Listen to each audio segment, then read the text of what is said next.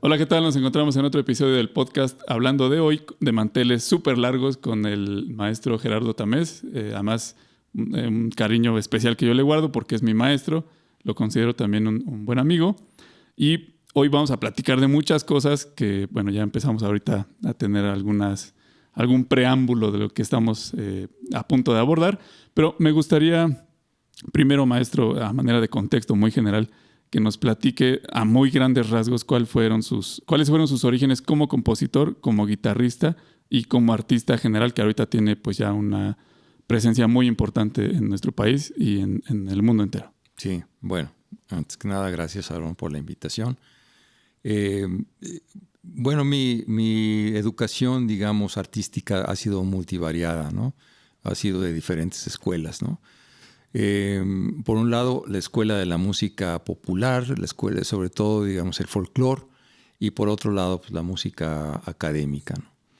En cuanto al folclore, pues digamos que es importante señalar que bueno, yo fui un miembro fundador del grupo Los Folcloristas, con el cual estuve 13 años desde su fundación hasta en el momento que yo decidí ya salirme del grupo.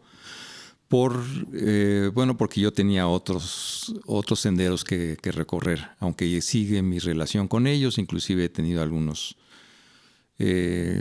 proyectos que he hecho junto con ellos, ¿no? Todavía sigo, digamos, teniendo esa relación.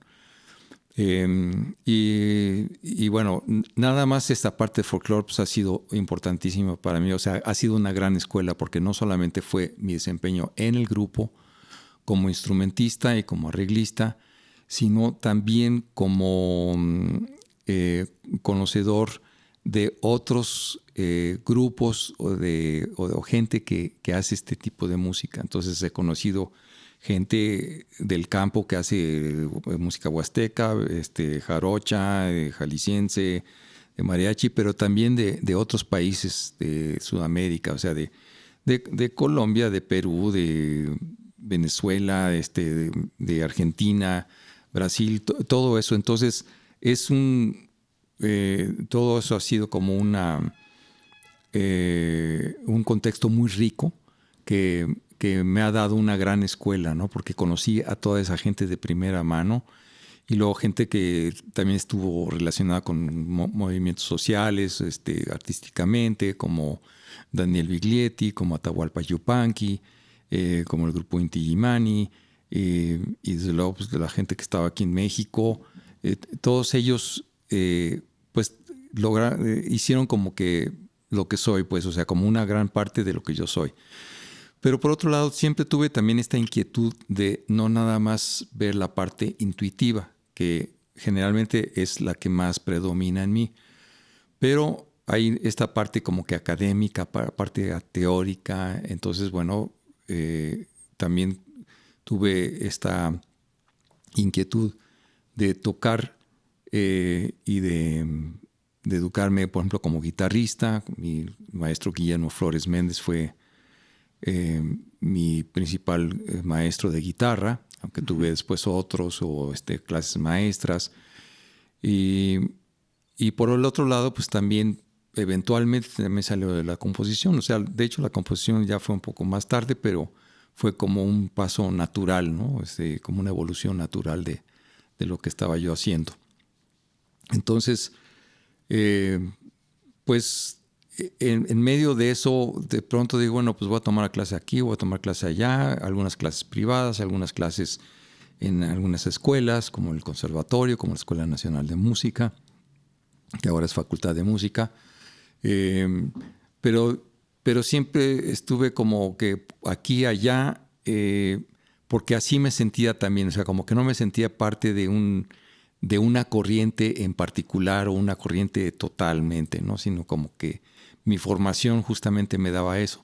Entonces, por algún tiempo, yo hasta me sentía como que fuera, ¿no? Es decir, como que me sentía como que no pertenecía a ningún lado, pero con el tiempo ya empecé a sentir como un sentido ya de pertenencia que en gran parte es como algo que uno mismo va generando, ¿no? Y entonces se va también uno generando y se va juntando con gente que también va haciendo este tipo de hallazgos dentro de todo, ¿no?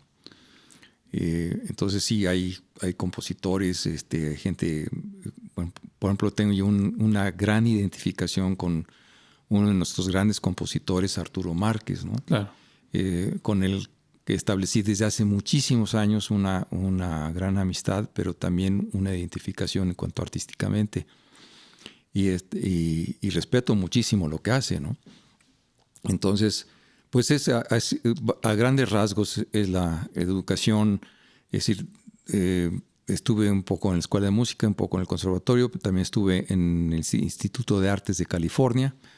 Y todo eso pues fue haciendo como un conglomerado donde voy tomando conocimientos de aquí y de allá, y es lo que hago hoy. Es decir, finalmente soy como un músico anfibio, por decirlo así, ¿no? Porque he estado como que en parte de la música popular y la música folclórica, y por otro lado la música académica. Perfecto, maestro. Pues para mí es muy interesante lo que nos comenta. Yo como alumno suyo recuerdo haber tenido mucha apertura de parte de usted, o sea, no como una clase que nos impusiera el fenómeno folclórico o nacionalista, o sea, claro, dándole cierta prioridad en las clases, pero no que forzosamente tuviéramos que dedicarnos a esa parte, ¿no? Y eso, bueno, para mí me deja ver en usted una persona totalmente abierta a aprender siempre nuevas cosas. Y recuerdo perfectamente haber analizado muchos ejemplos.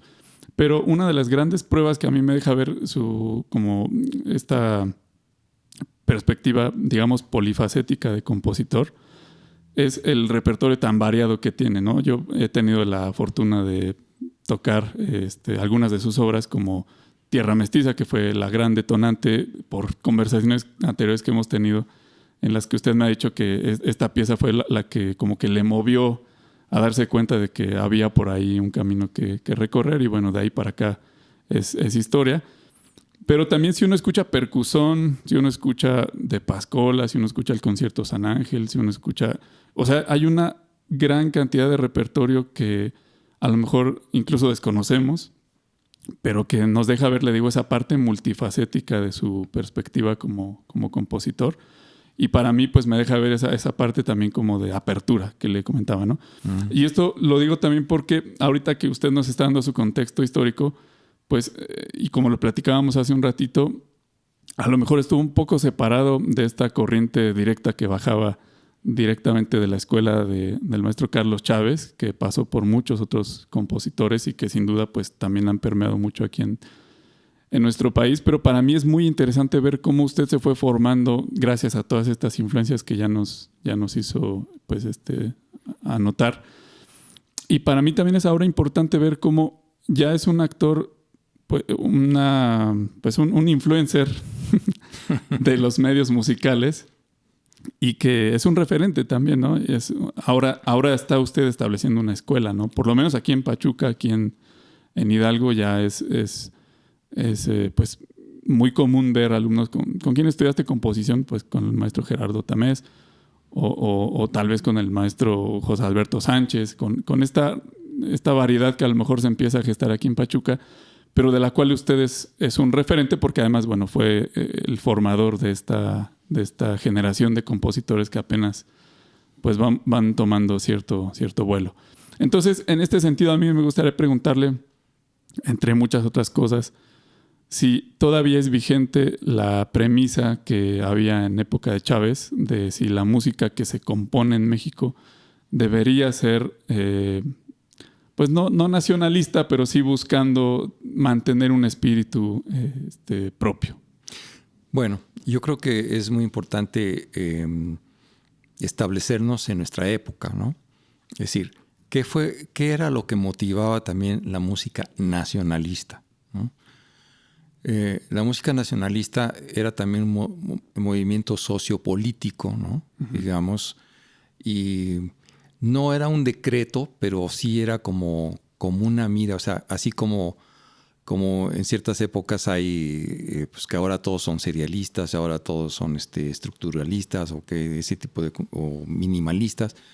Pues en esa época era justamente cuando imperaba pues el en el muralismo, por ejemplo, en la pintura, ¿no? Entonces, los coreógrafos hacían también tenían todo lo que tuviera que ver con cuestiones nacionales.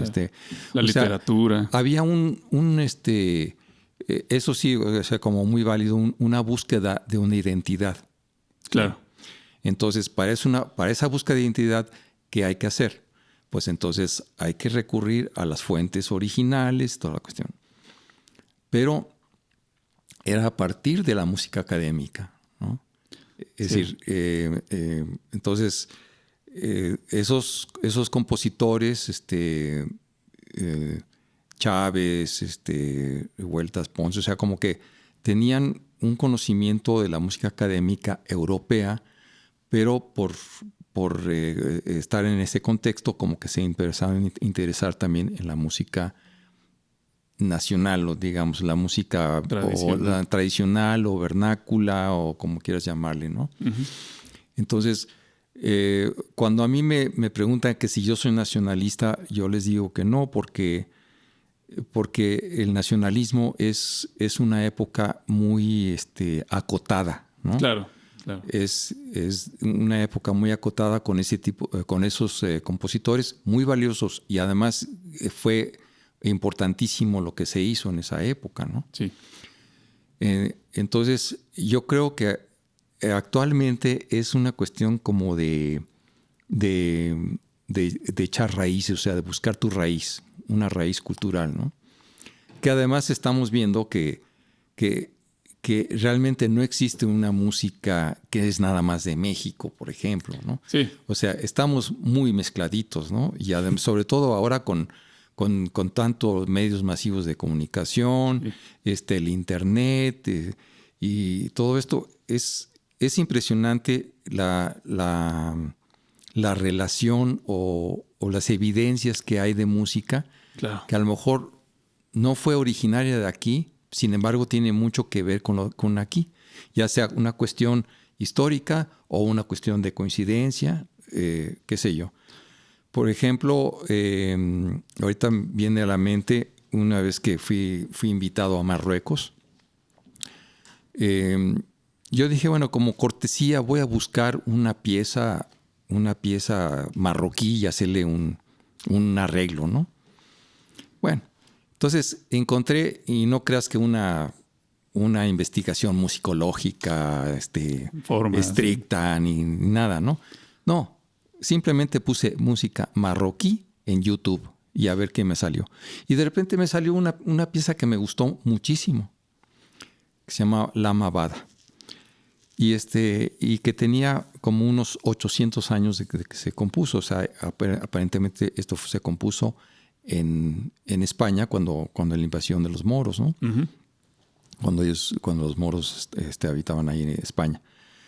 Entonces la voy escuchando y sí la oigo árabe, la oigo con las escalas árabes y todo. Sin embargo, se me hace conocida y la pongo una vez y luego ahí lo dejo reposar y la tengo dando vueltas y vueltas y de pronto digo, ya sé. Es el corrido de Román Castillo. ¿Sí? Nada más que Román Castillo, pues con las armonías occidentales, claro, con nuestras reglas, o sea, las reglas occidentales, todo. Pero es el mismo tipo de composición, la misma estructura, es una cuestión descriptiva también, o sea, es una canción de amor, la otra también, aunque es una canción de desamor, la de Román Castillo, pero finalmente es una canción de amor. Y digo, esto es extraordinario que haya eso, ¿no? Y después yo inclusive le pregunté a un musicólogo muy reconocido y que estuvo muchos años con nosotros. Él es peruano, pero él vivió muchos años aquí en México, Aurelio Tello. Y le dije, oye, ¿cómo ves que esto tenga relación? Me dice, seguramente. Claro, es muy difícil probar exactamente, sí, cómo estuvo, ¿no? Entonces, hice ese arreglo, fuimos a Marruecos y la gente le encantaba esa combinación. O sea, de música marroquí, pero con música mexicana, que fue el precursor del corrido, ¿no? Entonces ahí es donde ves que Hay mucho en común. Mucho en común. ¿Quién sabe dónde salió eso, no? Y por ejemplo, esa vez fue con su ensamble Tierra Mestiza. En esa ocasión nada más fuimos 2 instrumentistas, un arpista y yo. Pero dimos eso. Y luego dimos inclusive algunas conferencias en donde también preparamos conferencias viendo las similitudes entre música árabe y la música mexicana. Y te digo, no hicimos una gran investigación, sin embargo, lo que arrojó fue impresionante, ¿no? De repente escuchamos una música que parecía que eran los tamborileros de Tabasco, ¿no? Tienen el instrumento que es como la leona de Veracruz. Ellos tienen el ud, ¿no? Que le llaman el ud. Y entonces suena muy parecido, y además la manera en que lo tocan y la improvisación y también unas cosas con flauta. Y entonces poníamos ejemplos así parecidos, similares, y es impresionante. Y ahorita estoy hablando, bueno, pues de música antigua, de que no sabemos exactamente cómo empezó y cómo cruzó los mares. O sea, seguramente, bueno, después ya de la invasión de los... ya los expulsaron a los moros, pero se quedó en España. En España después vino para acá. Y luego además, pues lo que llegaba acá se transformaba, se volvía a regresar, y entonces era ida y vuelta, ¿no? Entonces, no podemos hablar de que la música es nada más de aquí, ¿no? Claro. Hay ciertas características que sí la distinguen, que son de aquí, ¿sí? Pero algunas de las características, algunas otras vienen de allá, o vinieron de aquí, se transformaron allá, etcétera, ¿no? Entonces, yo creo que lo que nos motiva ahora a hacer la música, digamos, con raíces, digamos, ¿no? O música nacional, pero por eso no me gusta poner nacionalista, porque eso ubica más bien a esa época, ¿no? Entonces, yo creo que más bien una necesidad de seguir ya no buscando la identidad, sino nada más reafirmar la identidad, y sobre todo que ahora es en un contexto más universal. Claro. Ya no es una cuestión local. Aunque Héctor Villalobos, uno de los grandes compositores del siglo XX, él decía que había que ser local para ser universal, ¿no? Y entonces eso lo vemos en su música. Sí. Es impresionante cómo es profundamente brasileña, pero profundamente universal, ¿no?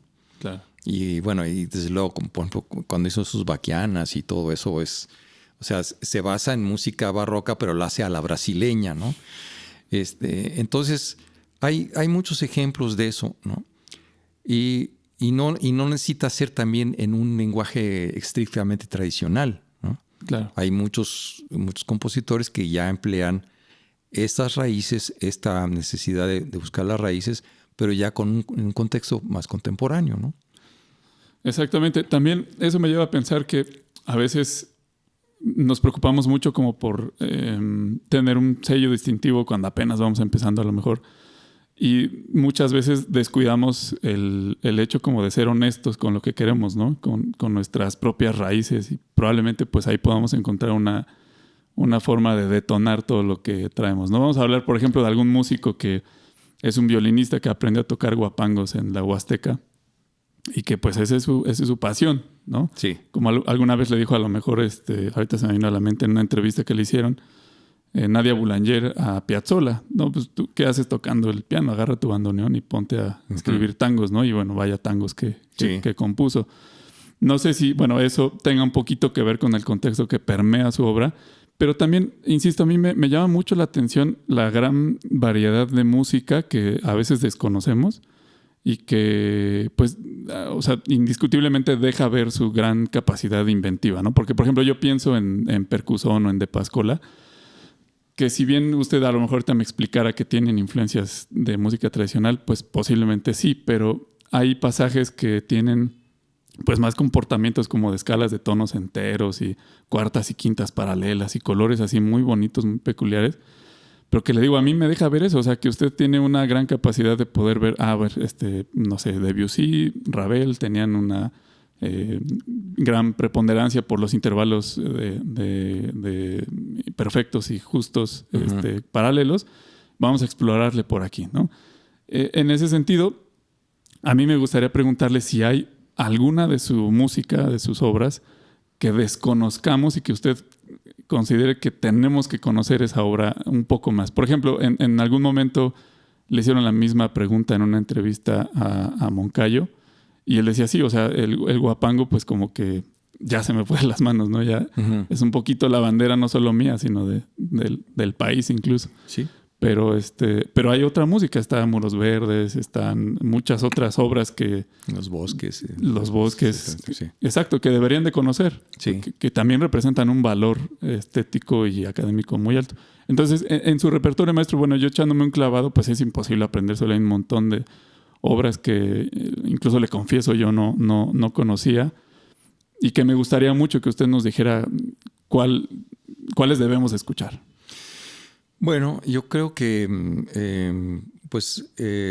la gran mayoría de mis obras está permeada desde luego desde las raíces y sobre raíces latinoamericanas, pero sobre todo las raíces mexicanas, ¿no? Primero hacer como un paréntesis, quizá es también una cuestión personal, ¿no? Porque en mi caso, justamente lo platicaba en una entrevista que tuve con Eunice, que yo en mi caso, yo fui un niño que tuvo muchas, por circunstancias de la vida, estuve en muchos lugares, ¿no? Entonces estaba o con mi padre, o estaba con mi madre, o estaba con mis abuelos, o estaba con unos tíos. A veces viví en provincia, a veces viví en la capital, viví también en Estados Unidos. De hecho, parte de mi educación fue en Estados Unidos como niño, en escuelas primarias. Fui a escuelas religiosas, escuelas no religiosas, en fin, como que todo un champurrado y ¿cómo le llaman así? Muy pasteurizado, ¿no?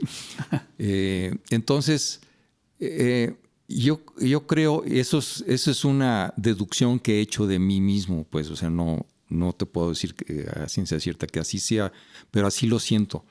Es como que en algún momento dije, ¿de qué me agarro? ¿No? Claro. Sí. Entonces, ¿de dónde soy? ¿No? Entonces, de alguna manera, como que salió esta cuestión de la música, y claro, además con mi tendencia a ser más bien músico, ¿no? Porque desde pequeño, pues sí me daban clases de piano y posteriormente ya fui tomando la guitarra, pero siempre me interesó la cuestión del folclore porque de alguna manera habla de una comunidad, habla de ser parte de algo, ¿no? Claro. Entonces, esa es, digamos, mi motivación personal. Ok.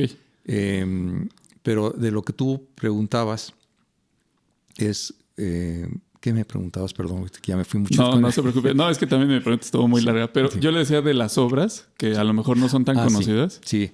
Bueno, hay obras en donde inclusive yo no necesariamente recurro a las formas tradicionales del folclore, una cuestión así. Porque, bueno, por un lado, como dices, sí, de pronto tengo cuestiones de, no sé, hasta de música serial en algunas obras, pero siempre lo tomo en función de lo que estoy haciendo en la obra.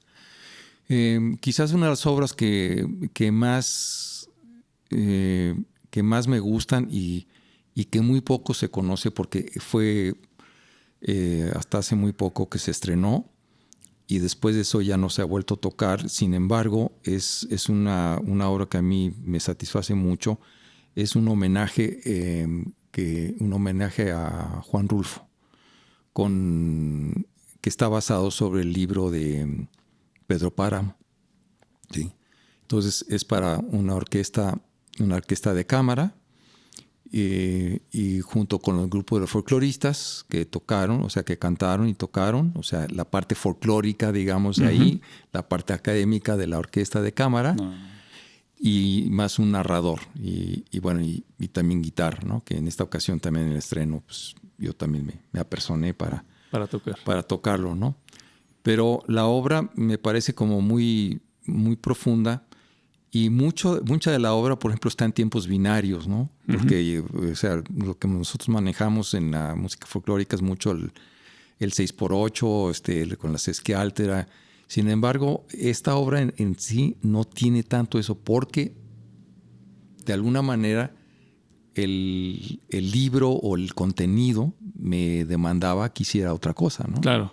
Sí. En alguna parte sí, porque hay una alusión muy, muy particular sobre la fiesta y sobre los mariachis, que sí. Bueno, pues ahí lo hice así a pie juntillas, pues pongo música de mariachi. Sí, o sea, sí. no me quiebro la cabeza, ¿no? Uh-huh. Pero en alguna otra parte también uso cuando dice, se oyen voces como de mujeres en falsete. Entonces de pronto me acuerdo del Cardenche, ¿no? Y entonces metí ahí con texto que había ahí en el libro, meto una Cardenche. Uh-huh. Pero todo lo demás han sido pues así como pues gestos más contemporáneos, ¿no? Inclusive así como cuestiones un poco aleatorias, un poco seriales en alguna parte. Y creo que sigo, digamos, siendo yo, o sea, sigue siendo el espíritu y no estoy necesariamente atado a hacer las cosas de la manera folclórica porque claro, esa es la que me identifica. Sin embargo, pues por otro lado, pues es un lenguaje que domino mucho y entonces me sale también natural. Claro. Sí. Entonces, aunque yo no sea huasteco, pero entiendo bastante la música huasteca, pero por otro lado también soy académico, ¿no? Entonces, es decir, yo también soy urbano, o sea, no soy campesino, pero sí soy urbano y de alguna manera lo he entendido esa cuestión de nuestra música desde el punto de vista tradicional y de hecho pues cuando puedo hasta trato de estudiar un poco más la música, pero no nada más la música sino el contexto, o sea, cómo es la gente claro, de esa zona, ¿no? Hace también, por ejemplo, tengo un ejemplo de un cuarteto que hice me pidieron un cuarteto de Zacatecas, un cuarteto de guitarras que quisiera una música, pero que tuviera que ver con la música huichol o huirrárica, como les llaman ellos, ¿no? Uh-huh. Entonces empecé a escuchar mucho. Ahí sí me fui otra vez un poquito del lado académico porque reconozco que la música, el contexto indígena no lo conozco tanto, ¿no? Sí, pues es más la cuestión mestiza, ¿no? Claro. Pero sí, o sea, como que leí libros, escuché música y finalmente como que creo que sí entendí eso, ¿no? Y entonces, bueno, pues hay varias obras. Ahorita tengo algunos conciertos para guitarra que han estado suspendidos justamente por lo de la pandemia. Ajá. Que están ahí esperando para ser estrenados. Aunque pues, sí, eso sí están más dentro de un lenguaje de la música folclórica. Y por otro lado también ahora veo que mi lenguaje como que tiene tendencia a regresar a lo más tradicional, ¿no?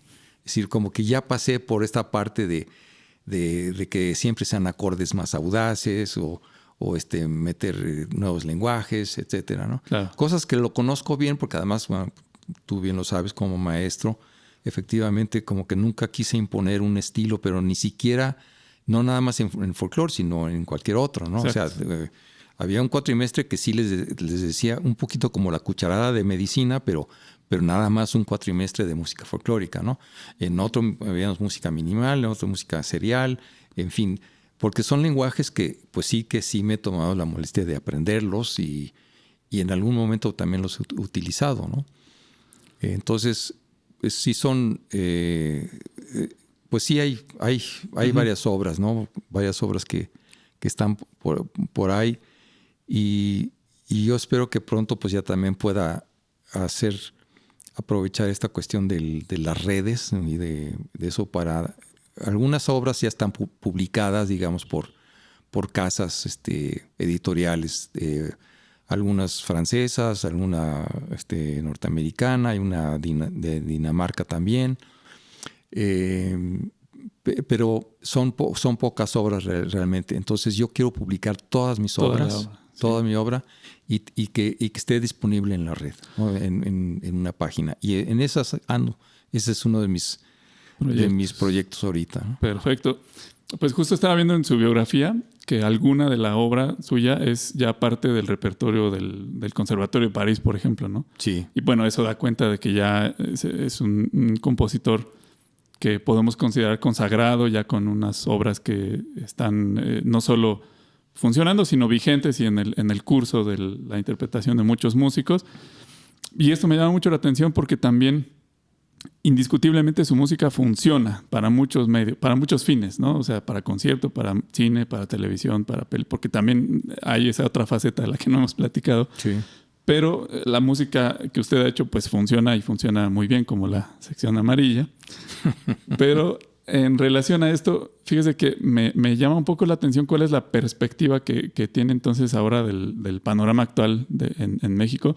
Y bueno, la pregunta creo que sí es vigente todavía y se la hicieron también a Moncayo en algún momento, los años 50. Y le decían, bueno, maestro, ¿usted cómo considera o con qué ojos ve a los alumnos del conservatorio de aquel momento? Aclaro que la pregunta no era, pues en un sentido un poquito como de presión, como para decir que estaban mal o que estaban bien.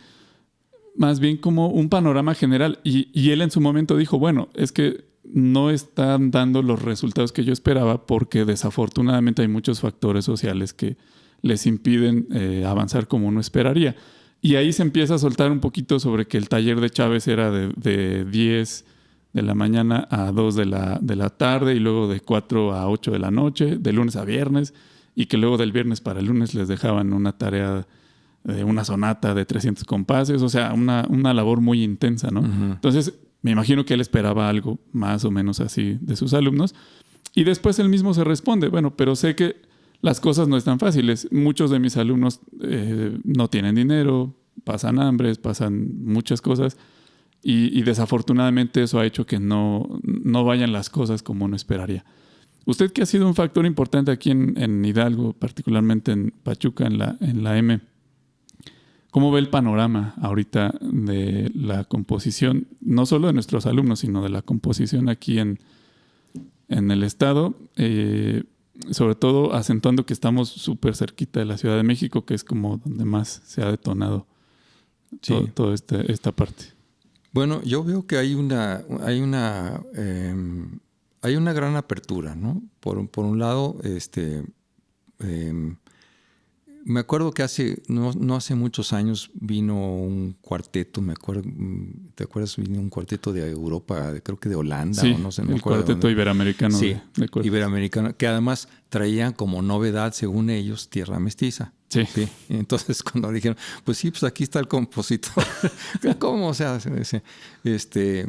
pero algo que les llamó la atención es que en esa época, bueno, creo que yo era el único que estaba dando clases de composición. Pero les llamó la atención de que no los orientaba sobre un solo lenguaje. Sí. Sí. Porque decían que en Europa es como que se toma nada más los orientan hacia un solo. Se especializan, ¿no? Se especializan. Y, o sea, si tú vas a ser mi alumno, entonces tú vas a hacer lo que yo hago, ¿no? Claro, o sea, tú vas a evolucionar y lo que tú quieras, pero yo te voy a enseñar nada más lo que yo hago y con lo que yo comulgo, ¿no? Uh-huh. Entonces, eso como que yo veo que la escuela ha seguido con eso, porque, o sea, los otros maestros ahora que hay de composición, digo, afortunadamente ya no soy el único, pues siguen con esta apertura, ¿no? Y de hecho, pues muchos de estos ya inclusive tienen más conocimiento que yo, porque han estado más expuestos a las digamos, tendencias contemporáneas. Pero hay una cosa que también es muy importante, es que uno como que tiene que seguir un poquito su corazón, ¿no? Claro. No es de que, bueno, es que yo tengo que escribir en tal estilo porque es el que está de moda, ¿no? O cosas así, sino, o sea, digamos, uno tratar de buscar una cuestión como más auténtica. Y yo lo que veo es una gran diversidad, y quizás ha sido por también esta apertura de los maestros que hemos hecho esta cuestión de que decir, bueno, puedes te puedes ir por este lado, pero también te puedes ir por este, te puedes ir por este. Sí. Claro, los cuatrimestres, dices, ahora ahora vamos a hacer una obra tipo serial, ¿no? Uh-huh. Y no le vas a meter otras cosas, ¿no? O sea, va a ser como un poco más estricto en ese sentido. Ya los últimos cuatrimestres ya son un poco más libres ya para que vayan buscando su estilo. Pero aún así, inclusive desde el primer cuatrimestre, se va viendo cuál es la tendencia, ¿no? Claro. Y eso yo creo que ha sido sano en el sentido de que van como que desarrollando un estilo poco a poco. Sí. Sí. Pero las tendencias son muy diversas. Ahora que hemos estado viendo, bueno, pues te consta, digamos, los últimos graduados, ¿no? de composición de la licenciatura, uh-huh.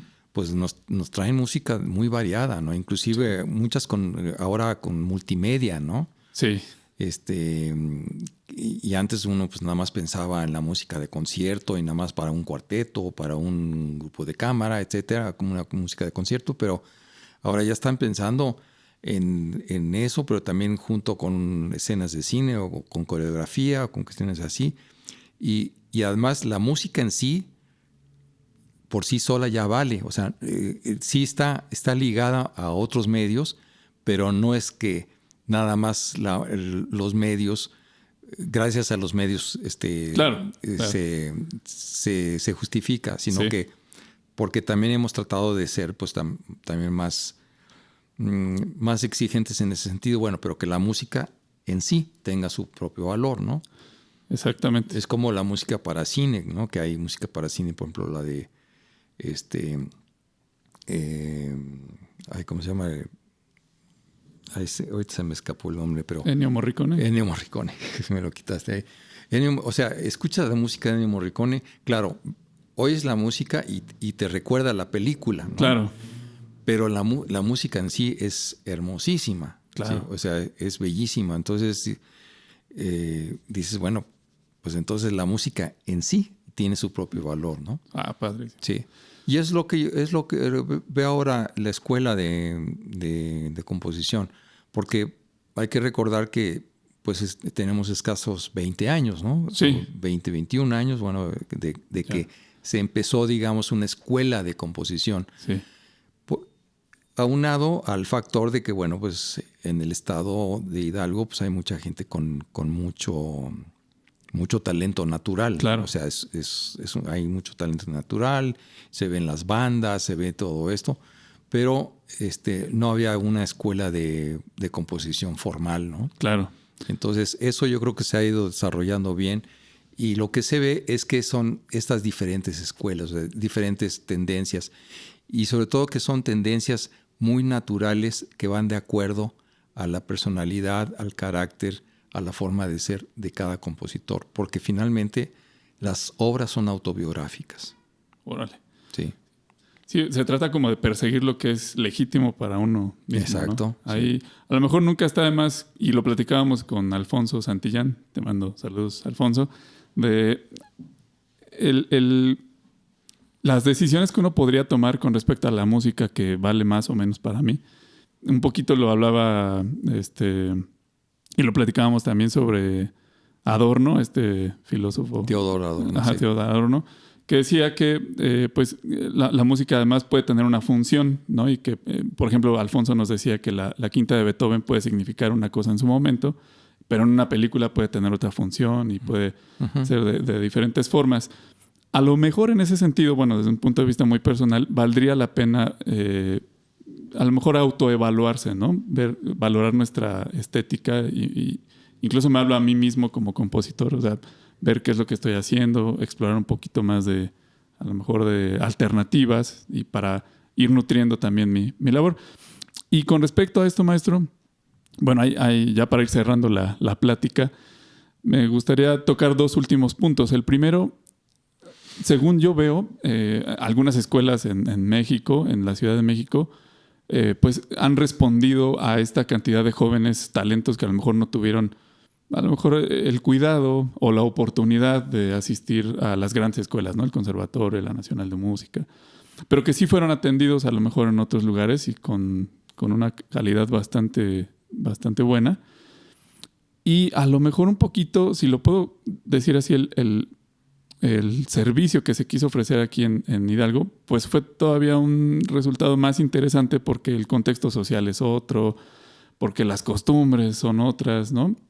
Y a lo mejor aquí se está gestando algo también muy interesante. Y entonces mi pregunta va un poquito en ese sentido, maestro. Yo sé que su legado es, pues en principio, su música, su obra, ¿no? Y bueno, gracias por eso de antemano, va a perdurar mucho. Pero a Gerardo Tamés, ¿qué le gustaría legar pues a nuestro país y a la sociedad? Híjoles, bueno, pues ahí me estás dando una importancia que no sé si la merezca, pero yo creo que para un artista es muy importante buscar lo que se identifica con uno de una manera lo más auténtico, lo más natural. O sea, no siempre es fácil hacer eso, ¿no? Y de hecho, muchas veces es difícil, ¿no? Porque uno está influido por la sociedad. Como al principio platicamos, de repente una época en que yo me sentía fuera del cuadro porque todos componían como con otros estilos y de repente yo era el único como anacrónico, inclusive hasta me sentía anacrónico. De hecho, una época en que quise componer muy contemporáneo, ¿no? O sea, teóricamente, académicamente, yo lo absorbí. Dije, voy a meter este tipo de procesos, etcétera, etcétera. Pero no me sentía yo a gusto conmigo mismo. Me sentía un poco falso, ¿no?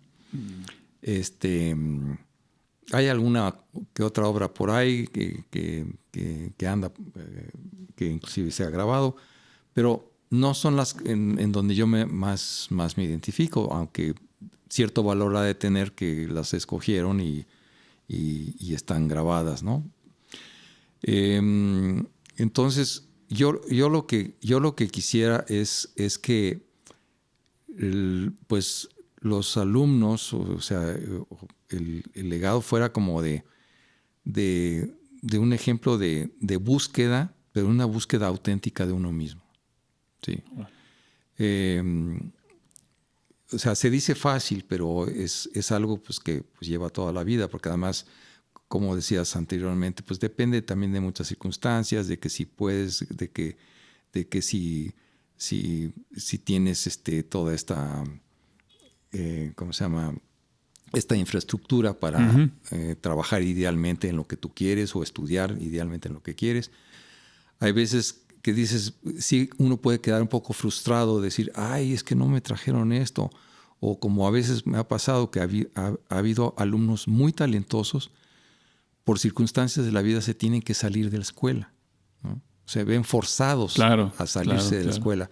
Y no porque ellos quieran, sino porque las circunstancias los obligaron, ¿no? Claro. Y es cuando dije, ay, cómo me gustaría que esto fuera. Pero bueno, ahí sí menos puedo hacer uno, ¿no?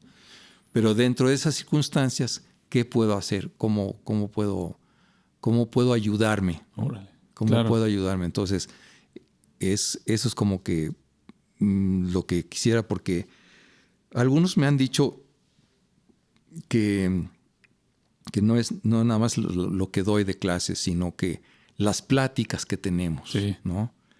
Hay algunos alumnos que dicen que se les quedan muy algunas pláticas que luego ya ni me acuerdo qué digo, pero en el momento son espontáneas. Pero en el momento son espontáneas porque de repente la clase es hablar de cosas de la música, pero también de la música relacionada con otras cuestiones, con cuestión política, con cuestión social, con cuestiones de otras artes, qué sé yo, con personales, ¿no? Criterios psicológicos, sí, qué sé yo, ¿no? O sea, cosas que son parte de mí, ¿no? Entonces yo los proyecto, pero también hay quienes de repente se sienten identificados. Sí, maestro, porque tal cosa, tal. Entonces se empieza a ver como ciertos diálogos, sí, inesperados, claro, pero que son muy nutritivos, ¿no? Sí. Eso es algo que yo creo que es importante, ¿no? Porque eso como que también define un poquito tu rumbo, ¿no? Sí.